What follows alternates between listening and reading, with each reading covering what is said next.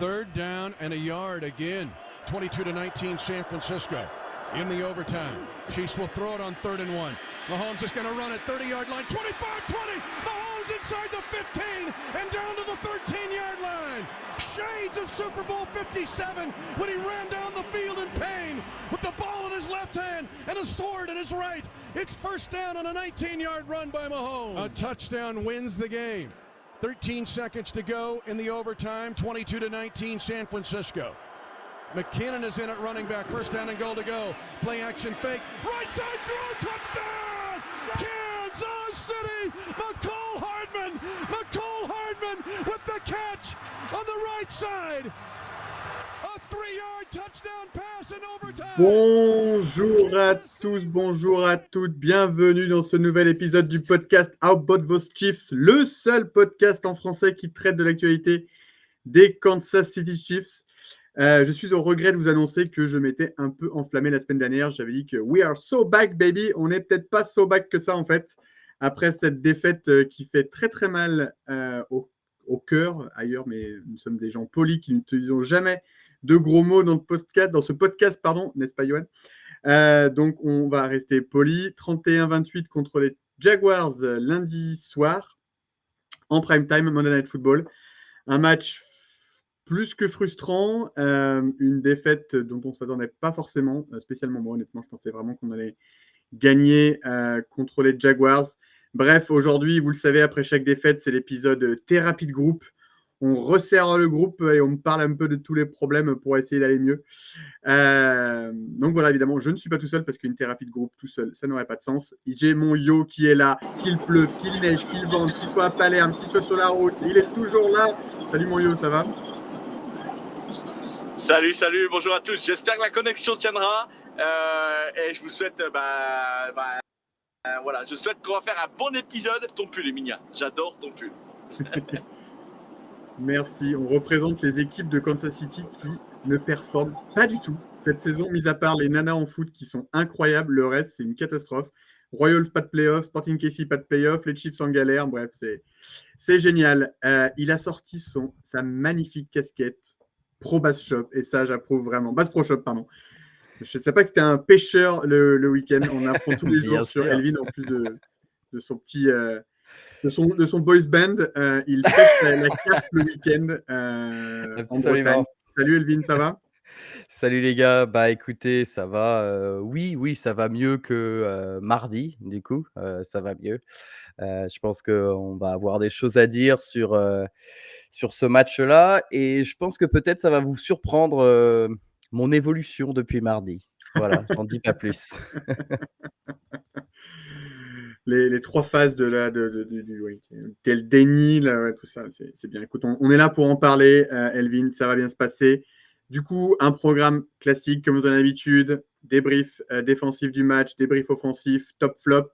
Et ensuite, on parlera du gros match et importantissime match de dimanche. Encore une fois en prime time, Sunday Night Football contre les Lions à Arrowhead. On est parti.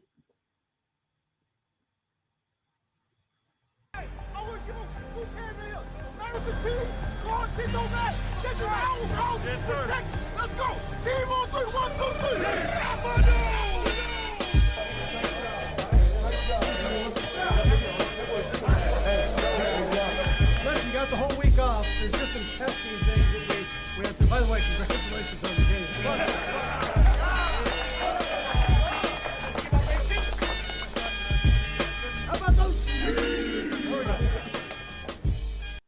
Pour des raisons de sécurité routière, c'est Elvin qui aujourd'hui est aux manettes.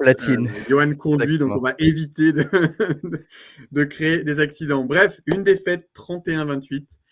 J'avais dit qu'on allait commencer par la défense, mais avant de commencer, j'ai une question pour vous, et je ne sais pas vraiment la réponse. Pour vous, est-ce que c'est une défaite offensive ou une défaite défensive ? Est-ce que c'est la défense qui a pêché ou est-ce que c'est l'attaque qui a pêché ? Du coup, Elvin, est-ce que tu veux commencer sur le sujet et ensuite tu peux enchaîner sur l'attaque, un peu ton ressenti sur le match ? Ouais, ok, ça marche. Écoute, c'est une très bonne question, je trouve, parce que a priori, tu marques 29 points, l'attaque n'a pas failli. On est d'accord ? 28. 28, pardon, ouais, tu prends, du coup, 30, 31-32, c'est ça? Donc tu te dis: «Bah, c'est de la faute de la défense» et pourtant, moi, je vais prendre le le parti pris de dire, malgré tout, que ce qui a fait qu'on a perdu, c'est pour moi, hein, un jeu dans le match. Voilà. Je sais qu'on dit souvent qu'un match se décide pas sur un jeu et pourtant là, le pick six de 99 yards là, c'est vraiment un jeu bascule, hein, en plus de l'autre jeu bascule, l'interception, manquée où les joueurs se rentrent dedans. Mais ce pick six de 99 yards, ça nous a enlevé 42 de probabilité de victoire. En termes de ce qu'ils appellent EPA, donc en gros, c'est les points attendus, les points qu'on peut imaginer additionner pour avoir l'addition à la fin du match. Rien que ce play-là nous fait descendre de 12,7 points. Donc, ok, un match ne se décide pas sur un jeu, on dit souvent ça, mais là, on en est quand même très proche. Moins 42 de probabilité de victoire. Donc, une fois qu'on a accepté ça, on parlait des phases de deuil, là, on est dans l'acceptation. Une fois qu'on a accepté ça, on commence à regarder un petit peu, à revoir les images du match et on se dit: «Bah, attends, ces 2 défaites, les 2 défaites frustrantes finalement qui nous restent là, ce sont 2 défaites qui se décident par des interceptions sur la goal line et du coup, ça, c'est pas une caractéristique d'une attaque qui est en faillite, tu vois? Donc oui, c'est pour moi, c'est ce play qui fait qu'on perd le match, mais en même temps, c'est pas quelque chose qui va m'agacer outre mesure. Alors attention, court terme, pour moi, c'est la défaite de saison régulière la plus frustrante de l'ère Mahomes. Voilà. Mais long terme, j'ai trouvé que le contenu était très encourageant et même sur les 2 derniers matchs, en fait, enfin sur les derniers matchs, je trouve que c'est ce qu'on voit, c'est très, très encourageant. Je pense que, pour être honnête, hem, depuis presque une décennie, on est devenu un peu désensibilisé, à ce que c'est qu'une défaite en saison régulière. En fait, je pense qu'on s'en rend pas compte, mais et du coup, quand ça arrive, ça nous atteint plus fort que ça devrait nous atteindre. Mais je peux vous dire qu'en 2011-2012, une défaite en saison régulière, c'était un autre lundi, quoi. C'est-à-dire rien d'exceptionnel. Et maintenant, comme on a un petit peu perdu l'habitude, bah, ça nous fait plus mal quand ça arrive. Maintenant, nous, on est là aussi pour essayer de prendre un petit peu de hauteur, de voir bah, qu'est-ce qu'on en tire de ce match-là. Et bah, ça va vous surprendre, et moi, j'en tire plutôt du positif, en fait, de ce match-là. Si on commence par l'attaque, donc, bah, allez, commençons par le négatif. Moi, ce qui m'a frustré, je ne sais pas ce que vous en pensez, mais c'est les appels de jeu sur 2 tentatives en 4e et 2, milieu de terrain. Je veux dire, on préfère punter, donc gagner quoi? Allez, 30 yards de terrain maximum, plutôt que de garder une possession.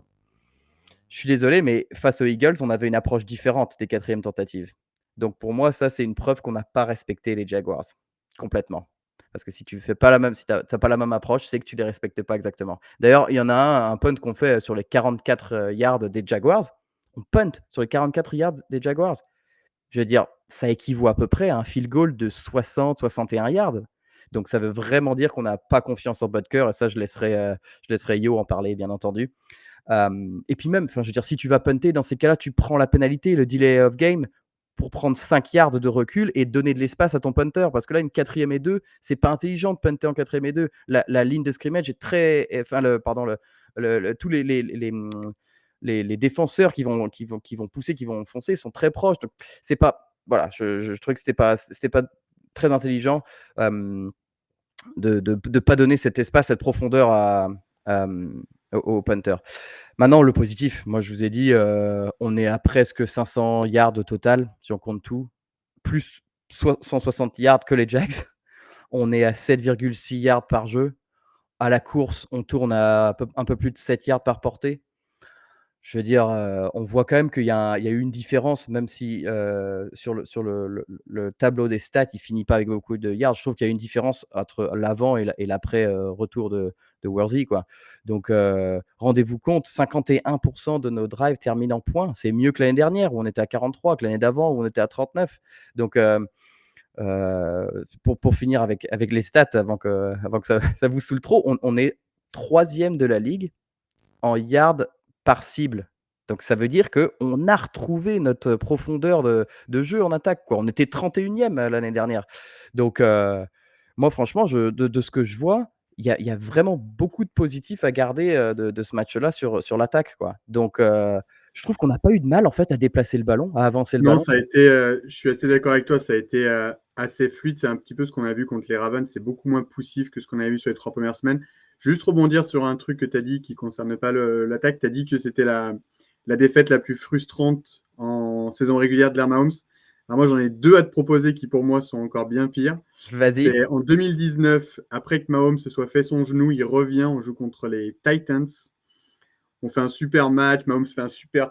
On domine et on perd. Mais ce jour-là, j'ai vraiment failli casser ma table basse. C'est un des pires matchs. Elle est là-haut, ouais, effectivement. Elle est sur le podium. Là, elle est quand même pas mal. Après, on enchaîne, on perd plus un match et on gagne le Super Bowl. C'est la dernière défaite de cette saison et c'est la saison où on gagne le premier Super Bowl. Celle-là, elle est quand même horrible. L'autre qui est absolument horrible, c'est la défaite contre les Colts en week 3. L'année avec Chris Jones. Avec Chris Jones, avec Moore qui manque, qui muffle au moins un punt return. On a déjà un problème de kicker à l'époque. Butker est blessé. On a un kicker anonyme qui loupe. On a tellement plus confiance en lui qu'on tente des 4e improbables. Kelsey qui loupe un touchdown tout fait. Celui-là, et Bienini qui s'embrouille avec tout. Celui-là, il est quand même pas mal aussi. Hein. Celle-là, en termes de défaite horrible. Ouais. Pour moi, c'est le top 3. Pour moi, ces deux-là sont encore au-dessus. Parce que les 2 équipes qui nous battent à ce moment-là, enfin surtout les Colts qui sont vraiment nuls, hein, qui sont menés par Matt Ryan en bout de course, celle-là, elle est vraiment... Disons que celle-là, elle fait mal parce qu'on est en début de saison et qu'on a des attentes et que notre bilan n'est pas tout à fait positif. Donc, elle a un impact. C'est pour ça que peut-être les 2 autres, on était un peu plus d'impact que les 2 voilà. Elle nous met plus sous pression. Tu vois, elle nous met plus sous pression. Mais dans le scénario, les 2 autres, pour moi, sont encore plus horribles parce que c'est là, c'est vrai, on leur donne encore plus le match. Bref, mon Yo, dis-nous ce que tu as pensé de l'attaque. Alors moi, je vous propose aussi une défaite, celle des Raiders le jour de Noël aussi. Hein. Elle est horrible. Oh non, c'est bon, j'avais pris l'apéro, moi tout va bien. Oui, mais celle-là, elle est horrible parce qu'on est nul, mais on ne mérite pas de gagner. Tu vois, le match contre les Colts, je ne sais pas comment on perd. Non, mais elle n'était pas frustrante, elle était complètement nulle. Horrible. Et c'était une défaite horrible, je veux dire, elle était vraiment horrible. Alors, pour faire ça, moi, je vais y aller clairement. On perd ce match. Ça m'embête de le dire, mais la special team, moi, on a trop fait de flag.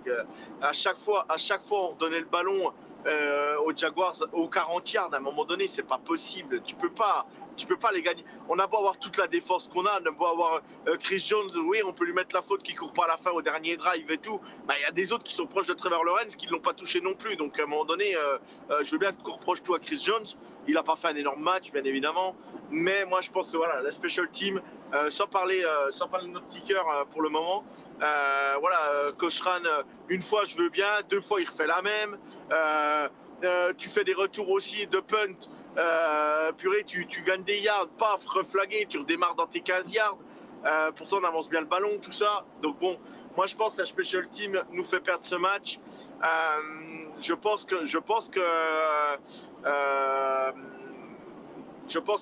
qu'on va. J'aime pas dire défaite encourageante, mais oui, il y a beaucoup de positifs sur cette défaite. J'ai rarement vu Mahomes aussi à l'aise dans sa poche depuis combien de temps. Il a eu du temps pour lancer. Il a eu un Josh Simmons qui est grippé, mais malade comme un chien. Il fait un match exceptionnel.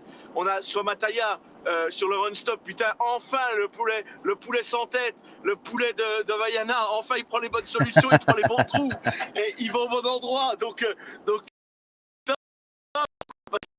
Pacheco a fait. Ah, on perd un peu Yo sur sa connexion. Je pense que on l'entend plus trop.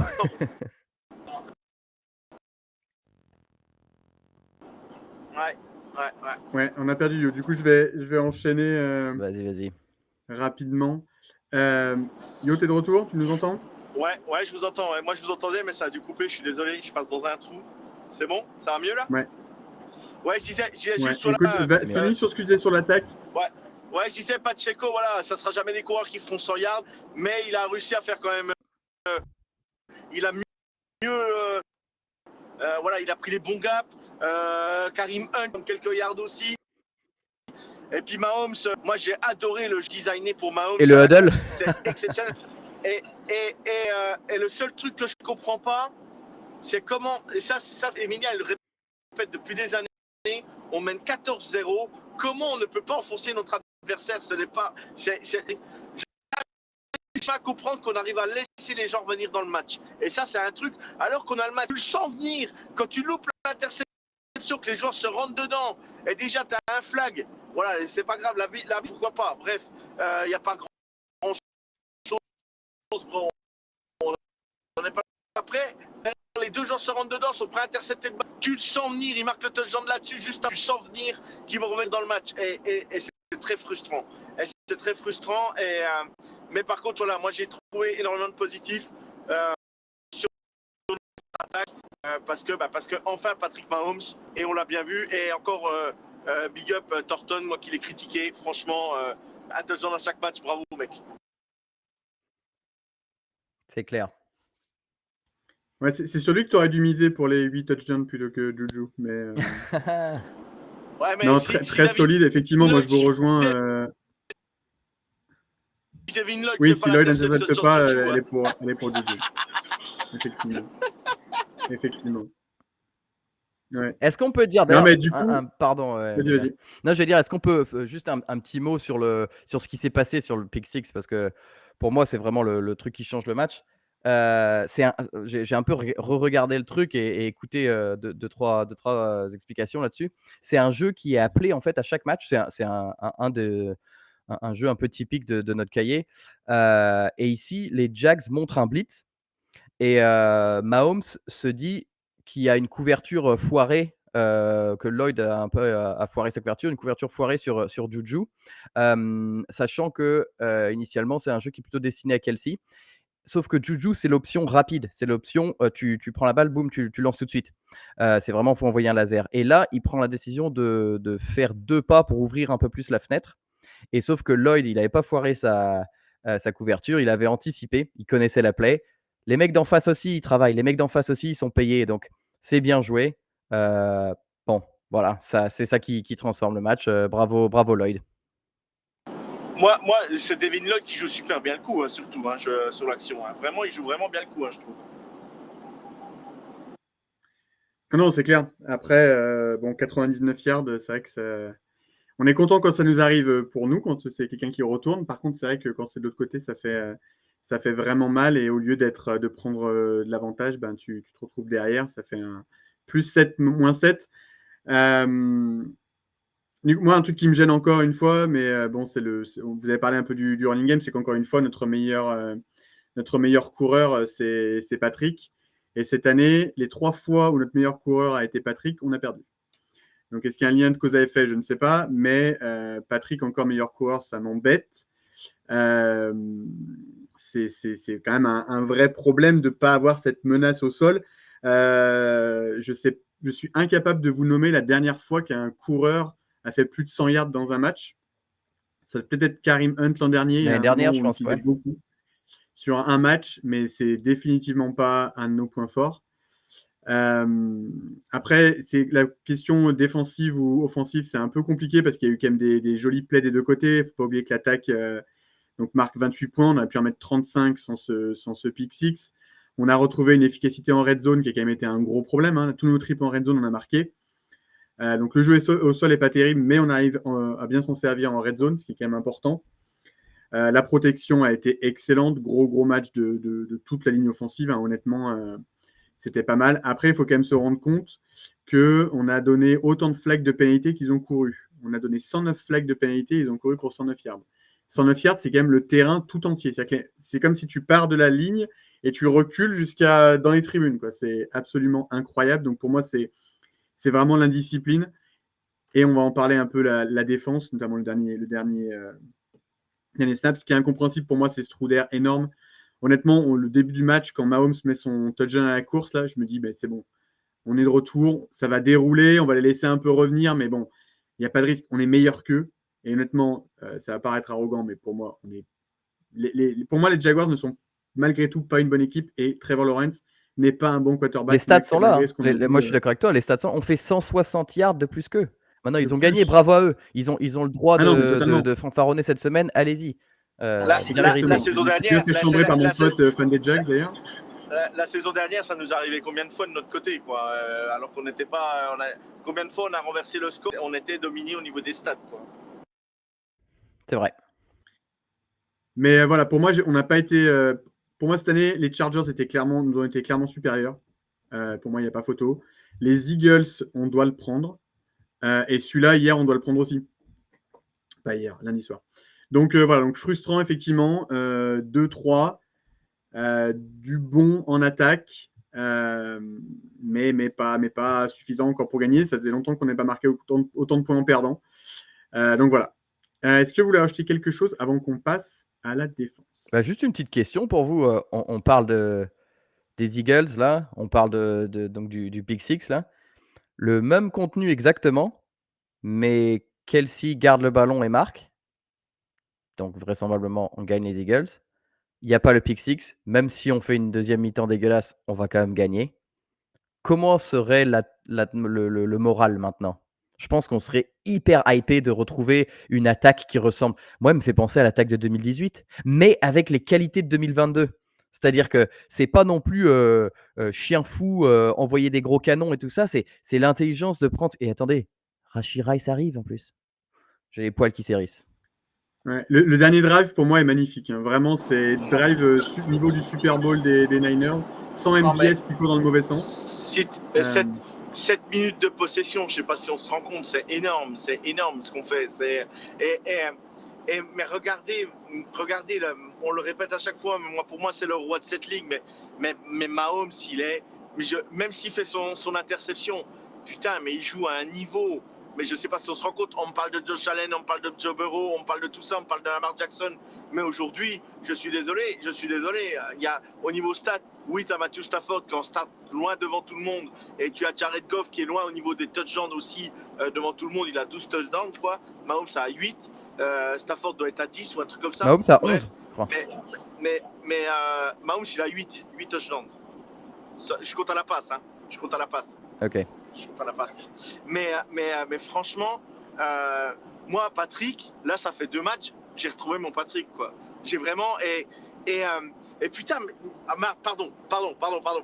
Et quel plaisir de le voir dans sa poche, prendre son temps, analyser. Quand il fait à un moment donné la passe, je crois que c'est sur Thornton, dans le premier carton, quand il baisse le ballon, là. Il attend, puis d'un seul coup, hop, il court un petit coup, puis pof, il jette le ballon, ça lui tombe dans les bras. Mais je retrouve Patrick Mahomes avec une vraie O-line, quoi. Voilà, moi, je crois que j'ai jamais vu Mahomes. J'ai jamais eu Mahomes pendant un jeu avoir tellement de temps qu'il baisse son bras, le met au niveau de ses hanches et prend le temps, comme si on était à l'entraînement, de dire à Thornton non, va par là plutôt, va par là. Et paf, il envoie un canon. Mais tu te dis, mais on a réglé la ligne offensive, quoi. Enfin, je sais pas si on se rend compte de Josh Simmons, mais il a le deuxième plus bas taux de pression pour un left tackle rookie depuis 2018. Et juste cette année, c'est le cinquième meilleur left tackle de la ligue. Je veux dire, c'est un mec qui a joué 6 matchs de NFL. Quoi. Et en plus, ce qui est positif, il progresse toutes les semaines. On le voit varier son répertoire de moves et tout ça, alors qu'avant, il avait tendance en pré-saison. Enfin, c'est vraiment très, très encourageant. Et soit Mataya, comme tu disais. Et soit Mataya progresse. Moi qui l'ai enterré une paire de fois, et j'ai dit...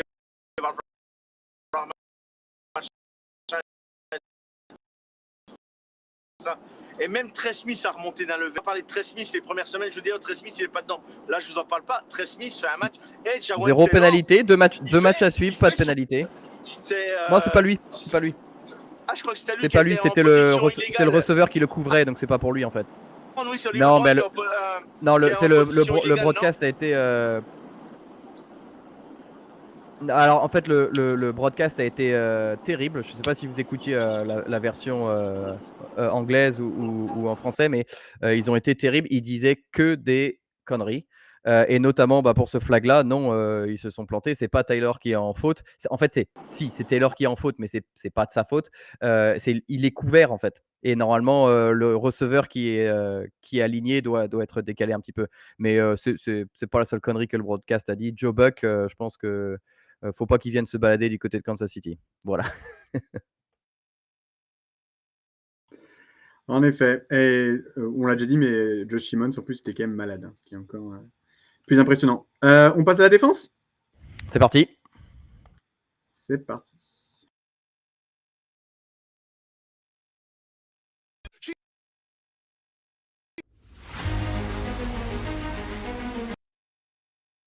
Cheese Kingdom! Y'all hear this? We've been fighting for all right all day. How about a little Viva Las Vegas? Viva Las Vegas! Viva! Viva Las Vegas!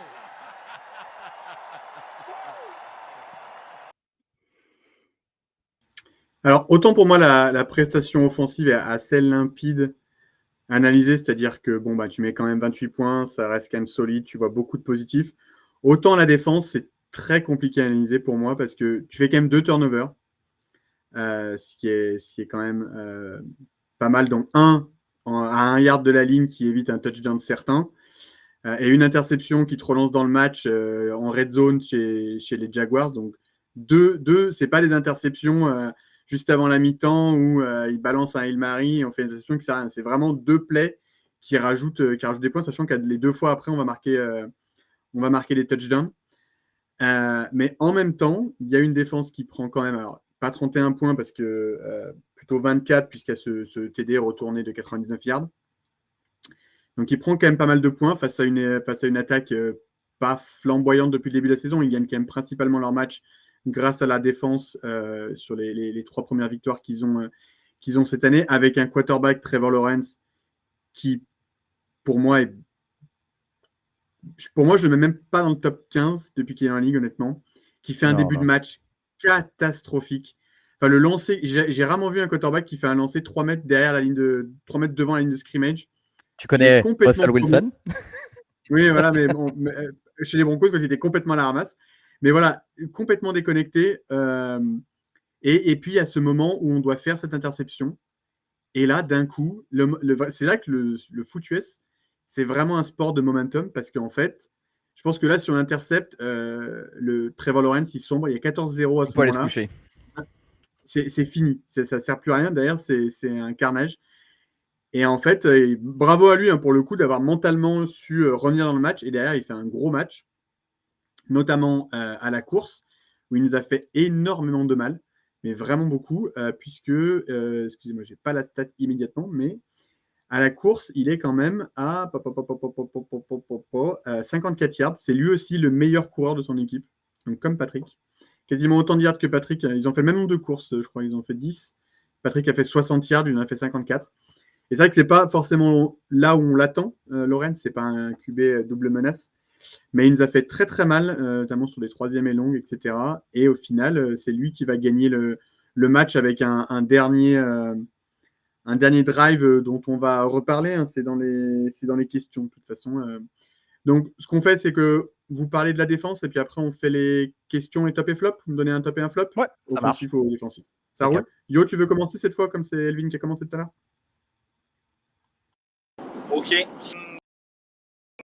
Donc, moi, la défense, il y a quand même du côté des defensive backs, je trouvais qu'on a, même s'il y a eu des plays qui ont été catchés par les receveurs en face, mais il faut voir les receveurs aussi. Voilà, Brian Thomas, c'est pas un peintre en face, je l'avais dit, je l'avais annoncé. De toute façon, voilà, c'est pas un mauvais joueur, c'est même un très bon joueur. Il a juste raté un peu son début de saison.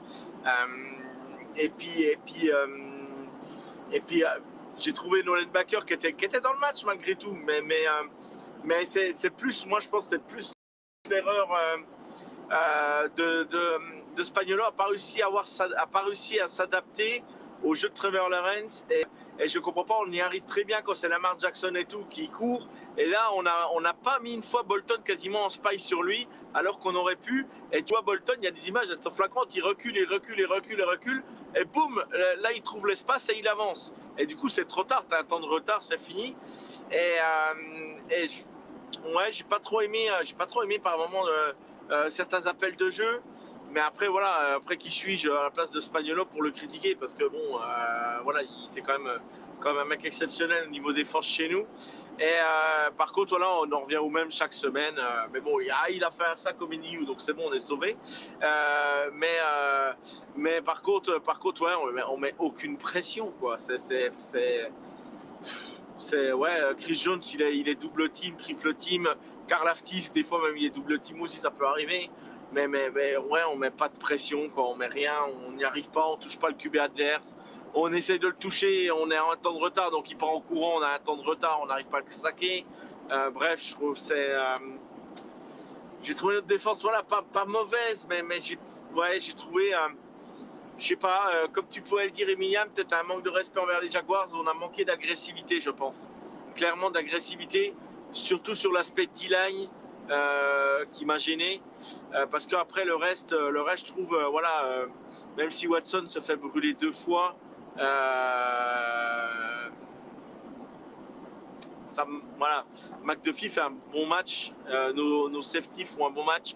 Jadon X, il faut pas oublier qu'il fait même si je l'ai critiqué, il fait un super jeu à un moment donné pour pas donner le touchdown à Trevor Lawrence.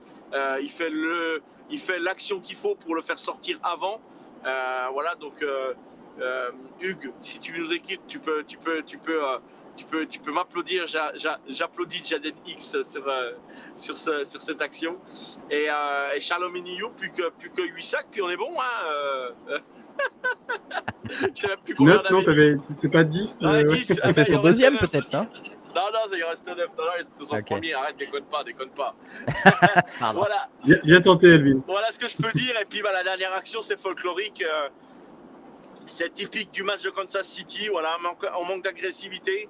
Et oui, Chris Jones ne court pas peut-être sur ce drive. On va y revenir, c'est dans les questions. Ouais, mais les autres ne touchent pas pour autant Lawrence qui sont juste à côté. Ils tombent juste devant eux. Hein, donc devant lui ou devant eux, je sais pas comment on le dit. Bref, voilà, à Elvin. Ouais. Non, juste je vais revenir sur un truc que tu as dit, Elvin, tout à l'heure. Je partage totalement ton opinion sur la 4e et 2. Je l'avais déjà dit contre les Giants où il y a un moment où on ne va pas en 4e et 1. T'as Mahomes, meilleur QB de la ligue. Tu payes 50 millions pour punter, gagner 20 yards. Je ne comprends pas l'intérêt. Les Lions, je peux dire que ce week-end, eux, ils vont toutes les tenter, les 4e.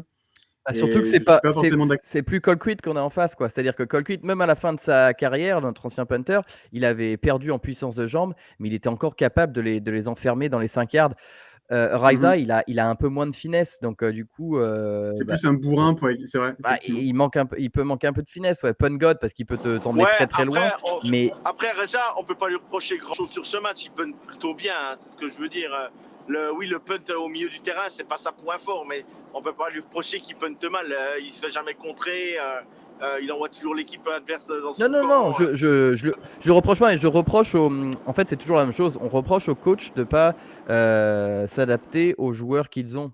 Et si tu veux, avec Colquitt, ça pouvait être une stratégie, surtout quand à l'époque on n'avait pas une attaque qui avançait automatiquement comme maintenant. Ça pouvait avoir du sens, si tu veux, en se disant, on sait qu'avec lui, on va pouvoir les faire commencer aux 5 yards. Là, c'est pas le cas, donc je trouve ça un peu débile. Et puis de pas donner d'air, de pas donner d'espace à ton punter, au moins en prenant un deal of game, parce que du coup, ça rend le punt plus facile, en fait.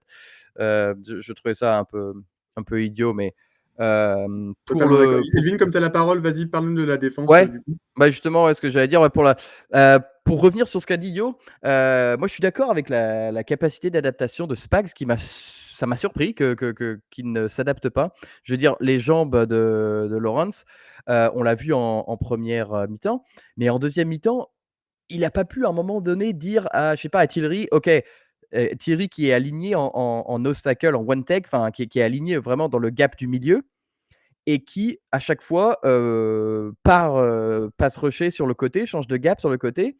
On sait très bien que Chris Jones, il a aussi peut-être tendance aussi à partir dans le big gap. Et du coup, ça laisse à chaque fois un boulevard au milieu. Et il continue de faire ça à chaque fois, à s'écarter. À un moment donné, il le voit, Spags. Donc, pourquoi ne pas s'adapter là-dessus en disant juste à Tillery, peut-être, garde un petit peu ton gap. Donc, moi, j'ai trouvé que le problème, il part de devant comme d'habitude. C'est-à-dire là, sur ce match-là, la discipline du couloir de pass rush, on a vu ce que ça donnait, quoi. Je veux dire, je sais même pas si Trevor Lawrence, c'est vraiment un joueur sur lequel il faut constamment mettre un spy. Parce que là, par exemple, on a vu Leo Chenal a été en spy sur quelques snaps. Ça n'a pas été totalement efficace parce qu'en fait, il courait. C'était pas quelque chose de prévu. Il courait un peu n'importe comment. Il partait d'un côté, il partait de l'autre sans vraiment savoir où il allait. Je parle de Trevor Lawrence. Donc, je pense que juste avec une bonne discipline de couloir de pass rush, on aurait pu vachement limiter la course de Lawrence, quoi. Donc, je suis d'accord avec Yo sur ce point-là. Disons que pour moi, il y a quand même quelques points négatifs sur cette défense-là. Si on reste sur les gros monsieur de la ligne, en fait, c'est pas tout à fait exact de dire qu'on met pas de pression. Pour vous dire, Karlaftis est numéro 1 en termes de pression de la ligue à égalité avec Hutchinson. Sauf que ce sont des pressions inutiles, ce sont des pressions qui arrivent après 3 secondes.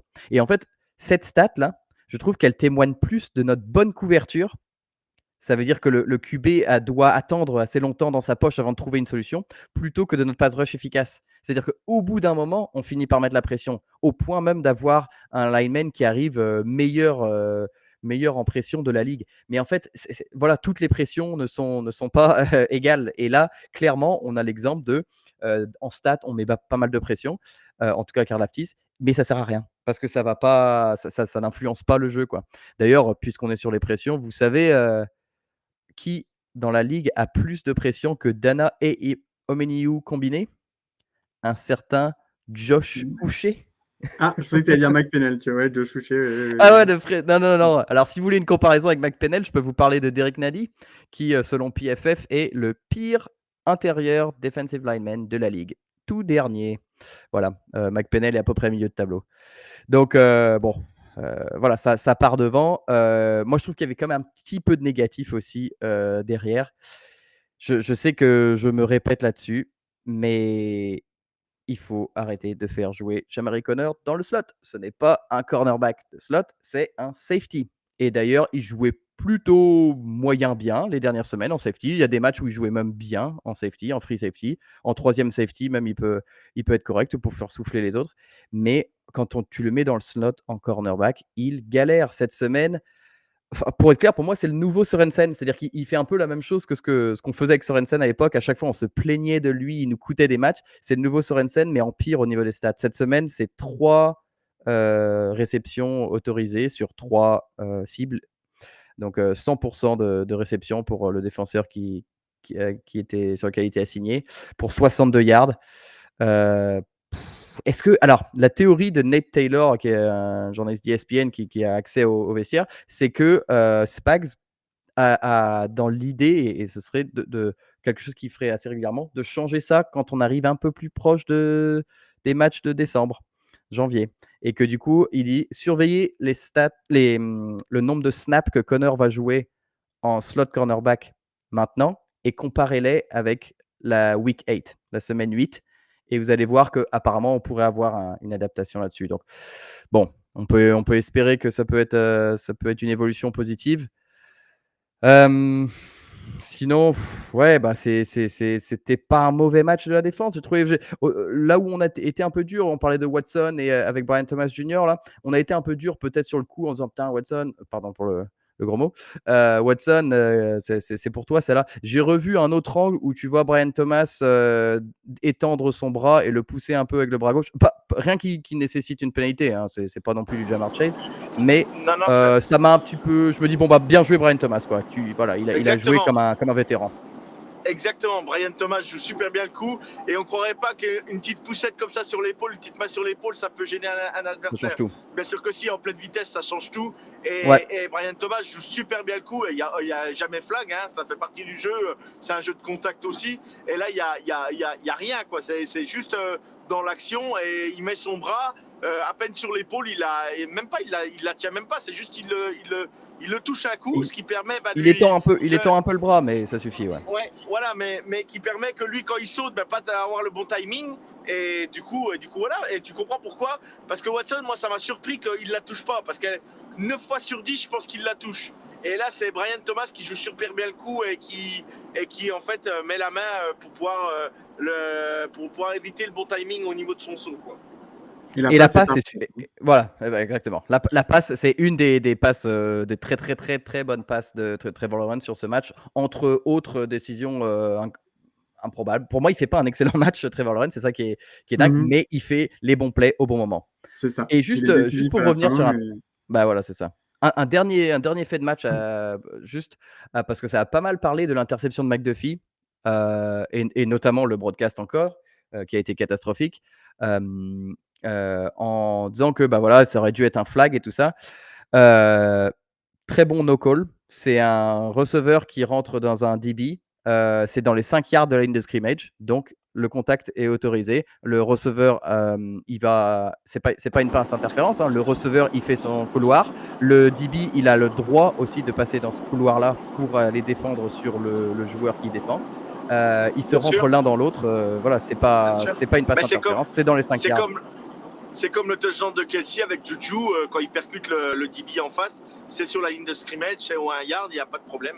Ouais, alors ça je connaissais pas cette règle-là, moi. Mais par contre, je soupçonne les arbitres d'avoir peut-être oublié même cette règle-là et que ça soit Mahomes qui, en courant, alors forcément ça fait parler, mais leur rappel, et tu vois que c'était exactement conçu comme ça, parce que dès que le flag est lancé, t'as 3 joueurs des Chiefs qui arrivent et qui montrent le doigt 1 yard, donc ils savent exactement ce qu'ils font. Ça témoigne quand même aussi que ça bosse chez Andy Reid quand même. Tu sais qu'il y en a... Non mais bien sûr ça bosse, et puis tu sais qu'il y en a Super Bowl, ils connaissent pas ils sont au Super Bowl, ils connaissent pas la règle de l'overtime. Nous t'inquiète pas, on la connaît la règle. Allez. Effectivement, un petit taquet aux 49ers, voilà.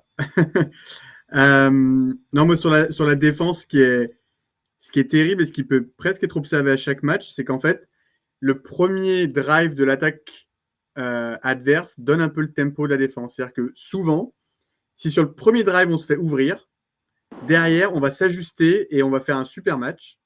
Et quand on commence très fort en défense, on ne tient pas la distance. Alors, je ne sais pas si c'est... Mais on a plein d'exemples sur les saisons précédentes, même sur cette saison. La semaine dernière, premier drive des Ravens, ça déroule, bam, bam, bam. Derrière, rideau terminé, merci, bonsoir. Je me rappelle d'un match contre les Falcons la saison d'avant. Pareil, premier drive, on se fait ouvrir dans tous les sens. Derrière, ils n'ont quasiment plus rien fait. Et c'est assez souvent que le premier drive donne un peu le tempo. Et j'ai l'impression qu'on est très bon en réaction. C'est-à-dire qu'on arrive à... premier drive, on se fait... Mais par contre, il faut que ça arrive très vite parce que sinon, après, je ne sais pas quel est le plan de jeu exactement, mais c'est quelque chose... Bon, c'est un peu de la psychologie de comptoir, mais c'est quand même quelque chose à noter assez régulièrement. Le premier drive donne un peu le ton de la défense. Donc voilà, c'est... Et je ne sais pas si vous avez vu la stat, ça a été partagé sur le groupe de l'association. Je ne sais plus qui c'est qui l'a partagé, mais vous avez vu la stat de ça fait combien de running back n'a pas couru pour 100 yards Kansas City.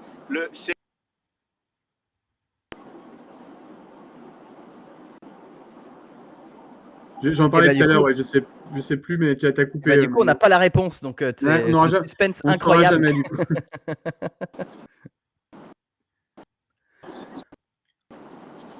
Ouais, non, je disais, vous avez plus qui c'est dans le groupe de l'association qui a partagé l'info. Il dit qu'il y a, ça fait je sais plus combien de matchs, mais c'est plus de 30 matchs que Kansas City n'a pas encaissé 100 yards à la course. Ah, encaissé, ok, d'accord. Ouais. Car running back, mais moi, je réponds. Oui, mais pour moi, ça veut.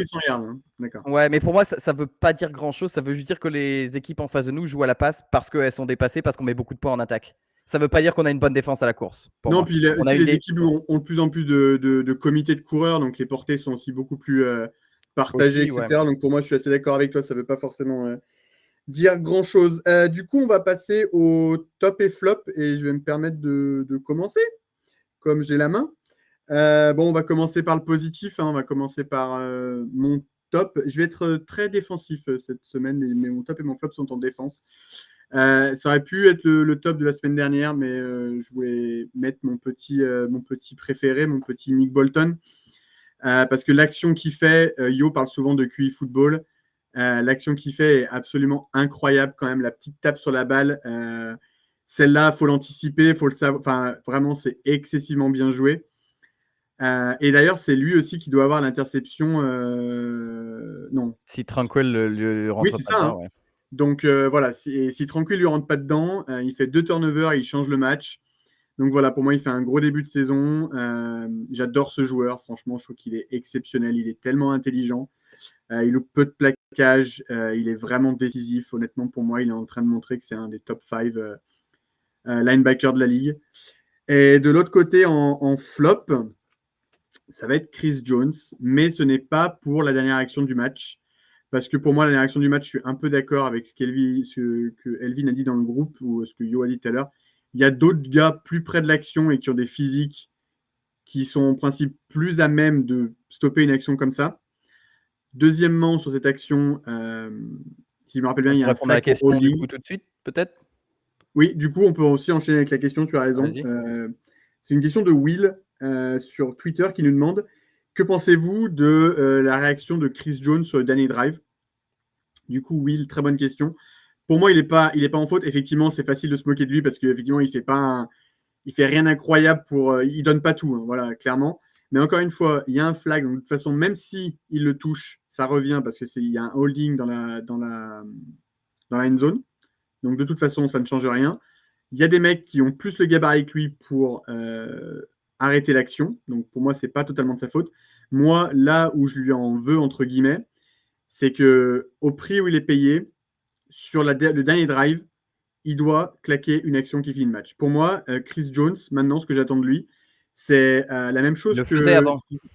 Voilà, de ce qu'il faisait avant. Et pour faire une analogie avec un autre sport, au baseball, dans la 9e manche, ils font rentrer un lanceur différent qui est censé fermer le match. Et c'était pendant des années pour les Royals, Kelvin Herrera, qui était extraordinaire dans ce rôle-là. Et moi, c'est ce que j'attends de Chris Jones, c'est qu'il ferme le match. C'est-à-dire que pour moi, sur la 3e et 15 là, que Legolas, a.k.a. Trevor Lawrence, envoie, pour moi, Jones, il doit être là, boum, il finit le match. C'est ce qu'il a fait plein de fois, et après, il fait son petit bye-bye, là, comme ça. Et c'est là que, pour moi, un mec qu'on paye 100 millions sur les 4 prochaines années, je ne sais plus exactement les chiffres. 32, 33 millions par an. Ouais. Voilà. C'est là où vraiment les grands joueurs dans les grands matchs, et il doit être décisif. Je comprends, il est double-teamé, etc. Mais dans un moment comme ça, c'est ce que j'attends de lui, et il ne l'a pas fait. Il l'a pas fait cette saison. Et là, vraiment, on avait vraiment, vraiment, vraiment besoin de lui, et il l'a pas fait. Donc, pour moi, c'est vraiment, vraiment mon flop. Voilà. Yo, tu veux donner ton top et ton flop?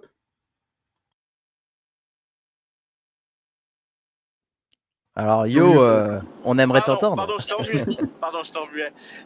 Mon flop, ça sera mon top, je veux dire, ça sera Patrick Mahomes. Parce que j'ai adoré son match. Voilà, tout simplement.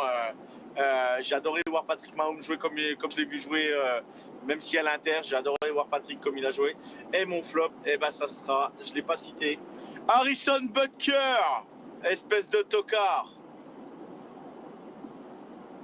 Non. Alors là, gros mot alerte, et on respecte un mec qui nous a quand même donné la légende. Des sensations incroyables. Non. Qui nous a fait gagner 4, 5, 6 matchs. Ouais. Alors, le nombre de fois il nous a fait gagner des matchs. Non. J'ai pas dit de gros mots, j'ai dit Harrison Butker, le tocard. J'ai pas dit de gros mots. Tocard, c'est quand même pas un compliment non plus. Hein, donc bon. Non, mais j'enlève le mot tocard, pardon, excusez-moi. Mais Harrison Butker, on perd le match, c'est de ta faute. Ton kick à la fin, là, relancer les Jaguars sur la 40e. c'est pas de sa faute, voilà. Mais je suis d'accord avec toi qu'il y a un sujet. Il y a vraiment un sujet. Pour moi, le coup de pied dehors, c'est mental. Attends. Aujourd'hui, il nous fait plus gagner de match. Point barre. Moi, ouais. il nous les fait pas perdre, mais il nous les fait pas gagner non plus. Et aujourd'hui, moi, voilà. Je suis désolé, là, il nous les fait perdre. Donc, à un moment donné, le premier match, on peut égaliser avec les Jags, avec les Chargers. Il le fait pas. Les Eagles, field goal manqué. Troisième match. Il a raté un coup de pied par match. Voilà, c'est un par match. Donc, à un moment donné, je veux bien. Il était nickel jusqu'à là. Dernier kick, c'est. Après, il a pas loupé de kick ce week-end. Bon, il a fait que des extra points, mais bon. Non, mais il a raté le coup de pied, ouais. Ouais, le kick-off dehors, c'est un switch de momentum terrible parce que je pense que les Jacks dans leur tête, ils se disent ça arrête fini. le temps en plus. Et ça, voilà, ils se disent bon, c'est les encore. Et là, ils se disent C'est un peu le alors peut-être, tu sais, quand tu perds Ouais, 3-0 et que tu marques un exactement. but, tu dis ah, Parce que ils alors redémarrent peut-être. sur leurs 25 yards. Ils redémarrent sur leurs 20 yards ou leurs 25 yards. Je sais jamais la règle. Je sais jamais si c'est 25 ou 20. Je sais plus. À C'est plus 35 la maintenant. même. Non, mais Ouais. alors la question, elle se pose même pas, c'est qu'on n'a pas réussi à les arrêter en special team. C'est-à-dire que idéalement, là, qu'est-ce que tu fais?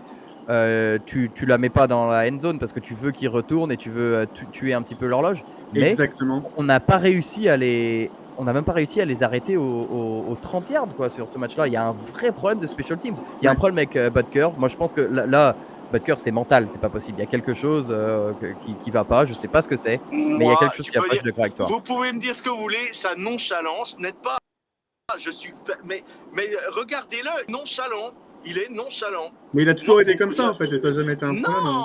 Non, il a changé. Il est plus comme avant. Je vous garantis qu'il est nonchalant. Son aspect, il est T'as plus changé, Harrison, t'as changé. T'as changé Harrison, t'es plus le même. Non, mais je vous garantis. Bon, vas-y, Elvin, donne-nous ton top et ton flop. Ouais, ok, Ouais, je me tais, alors, ok, je me tais, allez, je me mute, je me tais. Non, Pardon, non, je suis désolé, je dois partir dans 15 minutes, c'est pour ça que j'avance un peu. Ouais, non, t'as bien fait, t'as bien fait. Alors, juste deux, trois trucs, moi, pour le Chris Jones, là, pour répondre à la question. Ce sera pas mon flop, en tout cas, surtout pas sur cette action-là, même si, quand tu vois le replay, c'est un peu choquant. Et en plus, le mec, il apparaît sur les comptes de la Fédération française de la loose. Ça fait du mal un peu de voir ça, quand même. Mais, faut garder à l'esprit plusieurs choses. Un, c'est pas à lui d'être là. Lui, il est en charge du centre du terrain. Il y a des defensive ends qui sont censés contain sur ce couloir-là, qui ne le font pas, qui se jettent corps et âme pour pouvoir pouvoir rusher le passeur, et encore plus qui se jettent corps et âme parce qu'ils voient que le passeur est down, parce que Trevor Lawrence est tombé. Et en NFL, c'est pas comme en college football. Quand tu tombes et que la balle tombe par terre, si personne te touche, tu continues. Et donc, du coup, le jeu continue de vivre. Donc, il se précipite pour les defensive ends pour aller le toucher. Ils le font pas. Chris Jones, oui, il marche.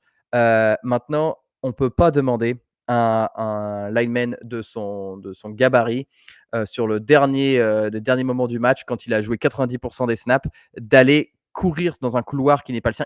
On aurait aimé qu'il le fasse. Il est payé pour le faire.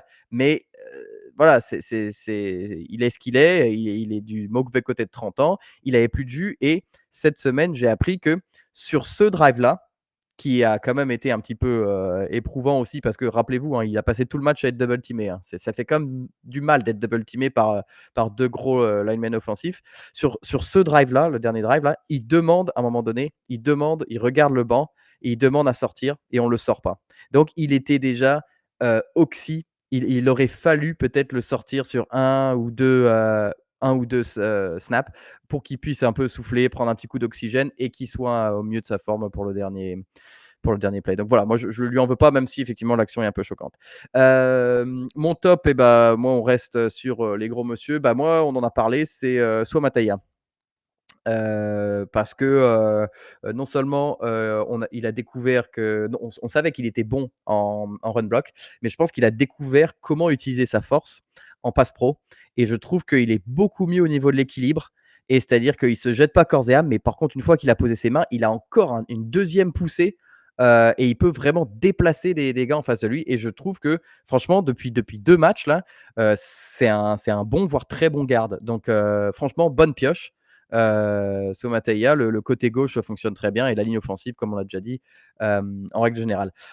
Mon flop, ça va pas te plaire, Emilien, désolé, je sais que c'est un peu ton chouchou, mais pour moi, ça va être Noah Gray. Parce que Noah Gray, depuis le début de la saison, c'est 6 réceptions pour 22 yards. Bon, et puis sur le terrain, c'est pas un bon bloqueur. Il est utilisé sur des jeux où on le met en bloqueur, c'est pas un bon bloqueur. Donc, je comprends pas bien comment on l'utilise, et je trouve que pour l'instant, il sous-performe, et j'espère que ça va changer. Peut-être que c'est un plan. Pourtant, on avait pas mal de jeux en 12 personnel, donc avec 2 tight ends, et on l'a pas vu beaucoup, et en bloc, il est pas très efficace. Donc voilà, mon petite critique de Noah Gray. J'espère quand même, maintenant qu'il a eu son extension, j'espère qu'il va pouvoir montrer que c'est plus qu'un Titan 2-3, quoi. Non, mais c'est vrai, tu as raison. En tout cas, on voit encore une fois que les matchs de pré-saison ne veulent souvent pas dire grand-chose. Robert Tonyan, qui avait fait une super pré-saison, on l'a pas vu. Je pense qu'il n'a pas un catch depuis le début de la saison. Et il joue pas. Il joue Voilà. pas beaucoup non plus, je pense. Ouais. Brownlee, c'est le nom qu'on a gardé. C'est Pareil. ça, Jason Brownlee. Ouais. Donc voilà, encore une fois, les matchs de pré-saison, c'est vraiment des enseignements à prendre avec des pincettes. Bref, on va passer au match de dimanche contre les Lions. How about those Chiefs?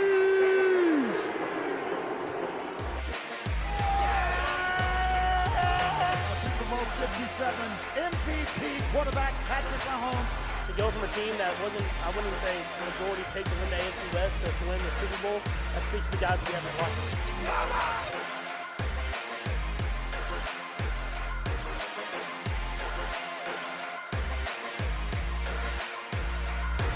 How about those Chiefs?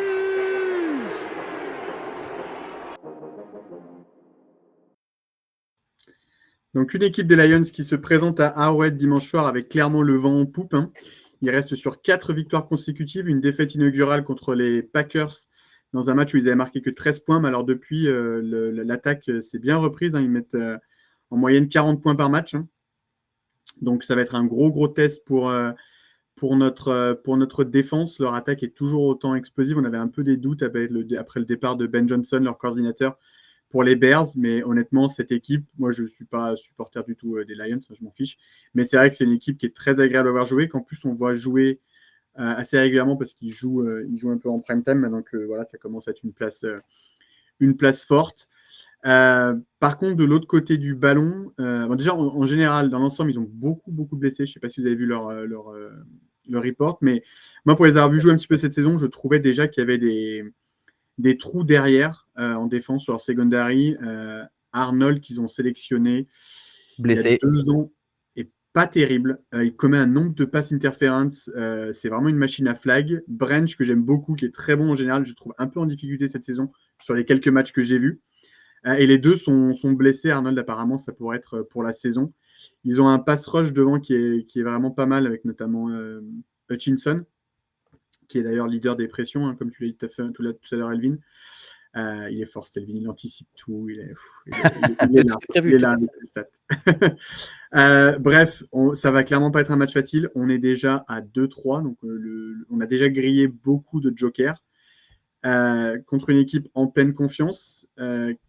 Quel est le niveau de confiance? Quelles vont être les clés du match? Qu'est-ce que vous en pensez, les copains? Elvin, si tu veux commencer. Je trouve intéressant que la défaite de lundi soir a augmenté nos chances de notre cote de gagner le match. On était favori de 1,5 avant la défaite contre les Jags. Après la défaite contre les Jags, on est favori de 2,5. Moi, je vous le dis, Vegas sait que notre attaque est de retour. C'est-à-dire qu'on a perdu le match, mais il nous place quand même encore plus favori après le match des Jags. Donc, alors, bon, anecdote un peu de mise de côté. Ça va être difficile, comme tu l'as dit, parce que c'est une très grosse attaque, notamment une très grosse attaque à la course. Et là, si vraiment vous voulez voir ce que vaut notre défense à la course, si on ne prend pas tout de suite le lead, si on ne met pas des points tout de suite, ça peut être une très longue soirée.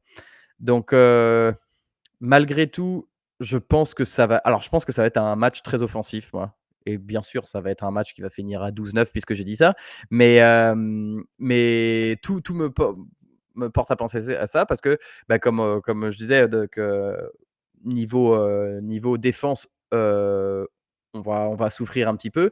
Mais niveau défense, eux vont souffrir aussi. Arnold, tu disais, est blessé. Je crois que DJ Reed, leur autre cornerback, est aussi blessé. Ils ont vraiment pas mal de pertes dans le secondaire. Donc ça, j'espère que nos 2 flèches, là, Worthy, Thornton, vont pouvoir l'exploiter. Même Brashard Smith, franchement, je trouve qu'on n'en a pas parlé pendant le match, mais on commence à le voir de plus en plus pour un 7e tour. C'est quand même très encourageant, quoi. Donc moi c'est bizarre après une défaite d'être aussi hypé sur notre attaque, mais je pense qu'on peut rivaliser avec cette attaque des Lions qui met 40 points à chaque match. Et puis on est chez nous là quand même. Enfin, je veux dire, il y a quand même quelque chose à prouver. Tu es devant ton public, tu sors d'une défaite très très très frustrante. Je pense qu'on va essayer un coup. Et puis comme l'a dit Mahomes, on a déjà perdu trop de matchs dans la saison. Donc à mon avis là, le sentiment d'urgence il est là, quoi. Donc je l'ai dit en début d'épisode, mais les 2 matchs qui nous frustrent le plus, ils se jouent sur un turnover sur la goal line, quoi. Donc ça peut pas, c'est pas quelque chose qui se répète, c'est pas des défauts qui continuent de crever l'écran. Donc moi, je pense que vraiment, c'est pas un hasard si les spécialistes nous mettent encore dans les prétendants pour aller au Super Bowl, alors on a un bilan pas bon. C'est que ce qu'on montre est quand même assez encourageant. Donc ouais, si, moi je suis assez optimiste pour ce week-end. Je l'étais pour le week-end dernier et l'attaque a fait un bon match, la défense a fait ce qu'elle a fait. Voilà, on le met derrière nous. Maintenant, soyons positifs parce que on a une attaque qui a de la gueule, je crois. Peut-être une des plus belles, des plus raffinées, des plus des plus complètes de l'ère Mahomes, en fait. Donc vraiment pour toi, le point d'optimisme, c'est l'attaque. De notre côté, effectivement, la défense va être mise à rude épreuve, parce que là, ils ont un groupe de running back. Pour moi, c'est la meilleure paire de la ligue. Il n'y a pas photo. Donc, le petit Gibbs, j'adore ce joueur. Il est absolument incroyable. Ouais. Yo, ton avis? Alors moi, mon avis, donc on va être testé des deux côtés du ballon. Donc au niveau attaque, on va être testé parce que ils ont quand même une D-line qui est quand même très performante. Chinson revient très très fort quand même. Donc on va voir si notre line tient. C'est le moment de la tester. Et de l'autre côté du ballon. Là, on va encore souffrir. Jared Goff, il va jouer dans un fauteuil parce qu'on va pas réussir à le saquer. De toute façon, comment Karl Aftis, il a déjà pas à faire avec des joueurs moyens. Alors, comment veux-tu prendre le dessus sur Sewell? Ça sera impossible. Voilà, Penny Sewell, il est trop fort de toute façon. Donc voilà. C'est l'une des premières fois où, même si on a que l'équipe est très encourageante et tout, et tout ça, mais je ne vois pas gagner contre les Lions dimanche soir. Je ne vois pas gagner, je nous vois perdre et on sera 2-4 et il n'y aura pas mort d'homme parce que après le calendrier va se simplifier aussi. Mais on va être testé, ça va être compliqué des deux côtés du ballon et il va falloir répondre. Mais bon, dos au mur, on connaît Patrick Mahomes. Quand il faut sortir un match, il est là. On connaît Travis Kelce. Moi, je trouve que Kelce, beaucoup de monde l'enterre, mais il fait quand même un bon début de saison. Il fait ses stats petit à petit. Donc, il y aura quand même ce danger-là. Après, voilà, comme dit Elvin, si notre attaque est vraiment comme il le dit, je souhaite le croire, je souhaite vraiment le croire, mais je demande à en voir encore plus. Ça fait que 2 matchs, on peut retomber aussi dans nos travers. Donc voilà, mais je pense au niveau potentiel, c'est jouable, mais niveau forme équipe, je pense que les Lions sont au-dessus de nous et risquent de nous dominer à un moment donné dans le match et je pense qu'on n'arrivera pas à suivre au niveau du score. Voilà, c'est bon.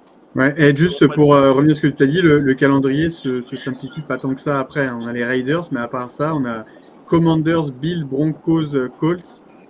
Les Colts qu'on n'attendait pas à ce niveau-là. Les Broncos ça va être un match décisif. Les Bills, on les connaît. Et les Commanders que j'ai trouvé très très bons contre les Chargers ce week-end. Le calendrier, en fait, calendrier est terrible, quoi. C'est vraiment tout à la fin où c'est un petit peu plus facile. Mais on reçoit les grosses équipes chez nous quand même. À part les Bills. Sinon, toutes les autres, elles sont chez nous. On se déplace chez les... Ouais, mais on se déplace chez les Broncos. Honnêtement, on a perdu... Enfin... Ouais, à la maison, mais ouais. Non, là, vraiment, on a vraiment plus trop le droit... Plus trop le droit à l'erreur. Je suis désolé, je dois partir dans une minute. Il faut accepter qu'on peut être à 2-4 dimanche.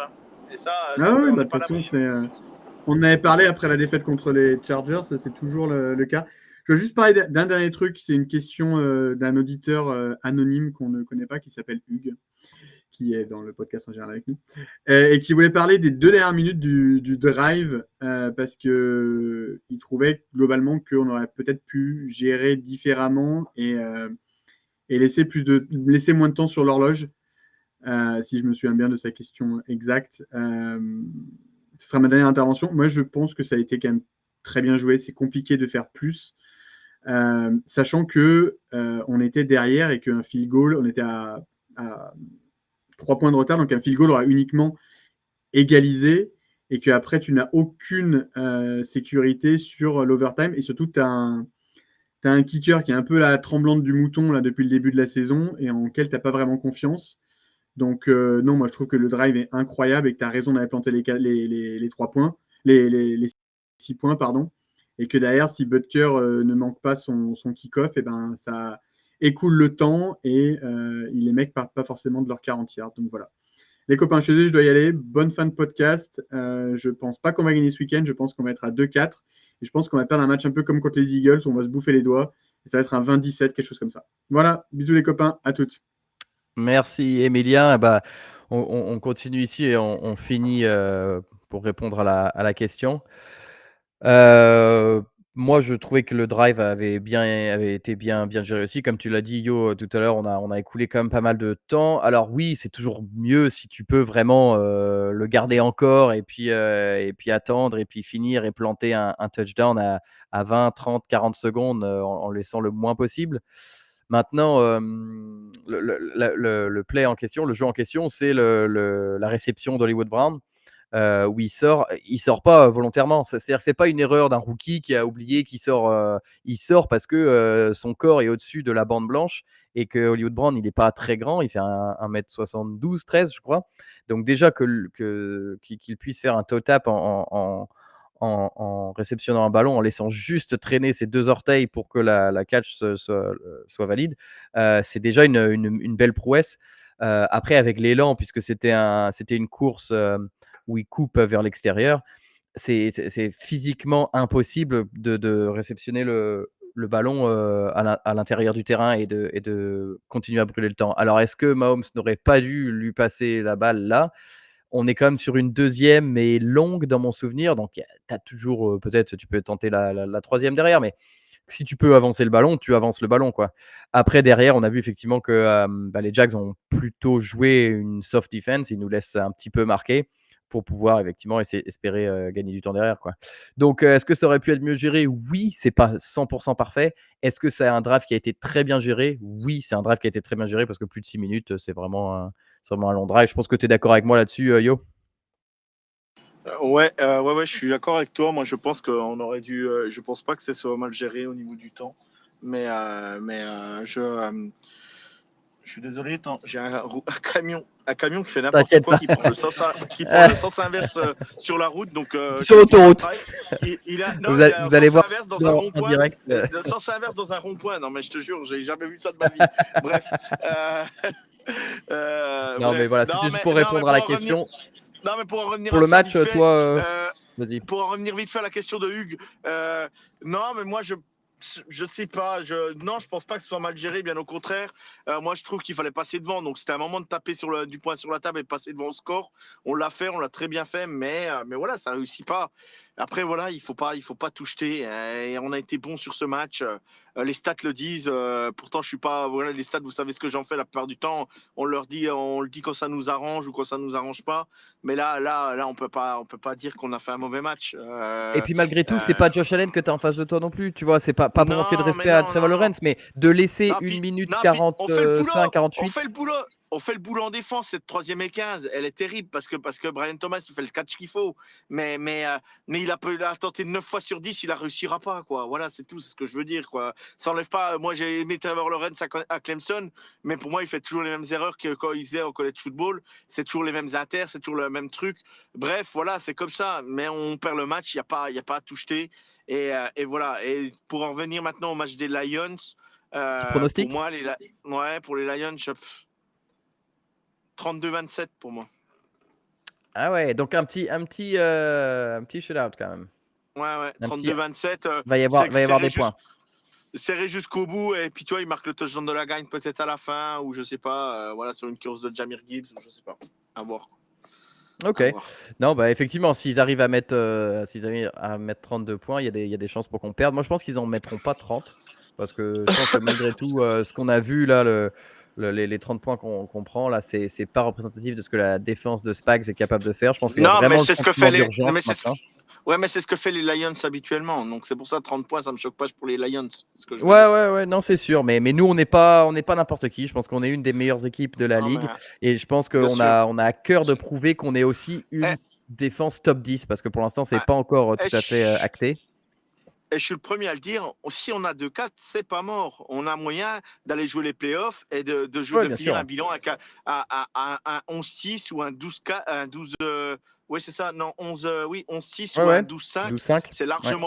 largement possible. Oui, la dynamique est pas bonne, bien évidemment. Et après, c'est la sonnette d'alarme, tout ça. Mais qui de mieux que Patrick Mahomes pour gérer des moments comme ça? Il a montré que les moments, il savait les gérer. Donc, je vois pas comment. Et notre coaching staff le sait le gérer aussi. Et on voit bien que les- on voit une progression dans l'équipe, donc on va pas s'affoler. Même si on perd ce match et qu'on fait un bon match contre les Lions et qu'on le perd, eh ben on voit la progression. Donc rien n'est fini, rien n'est terminé. Voilà ce que je veux dire. Ouais. Non, moi, alors moi, je serais un petit peu plus optimiste. Je pense qu'on va réussir peut-être à marquer, allez, 27. Ouais, 27. Et peut-être un 27-26, tu vois, un truc un peu très serré, mais on va Comme ils quand nous même ont le battus, gagner. comme ils nous ont battus il y a 2 ans, quoi. C'était 27-26? Non, Ouais, je sais plus, mais je c'était sais à un plus, point, mais effectivement. Ouais. ils nous avaient battus d'un point, ils nous avaient battus d'un point, Ouais, ouais. exactement. Bah voilà, la revanche du berger à la bergère, exactement. Un petit mot pour clôturer l'épisode. N'hésitez pas, si vous avez apprécié cet épisode-là et si vous voulez parler un peu plus avec tous les fans de France et de Navarre et même de Kansas City, on a notre association Chiefs France qui tourne bien, qui vit bien.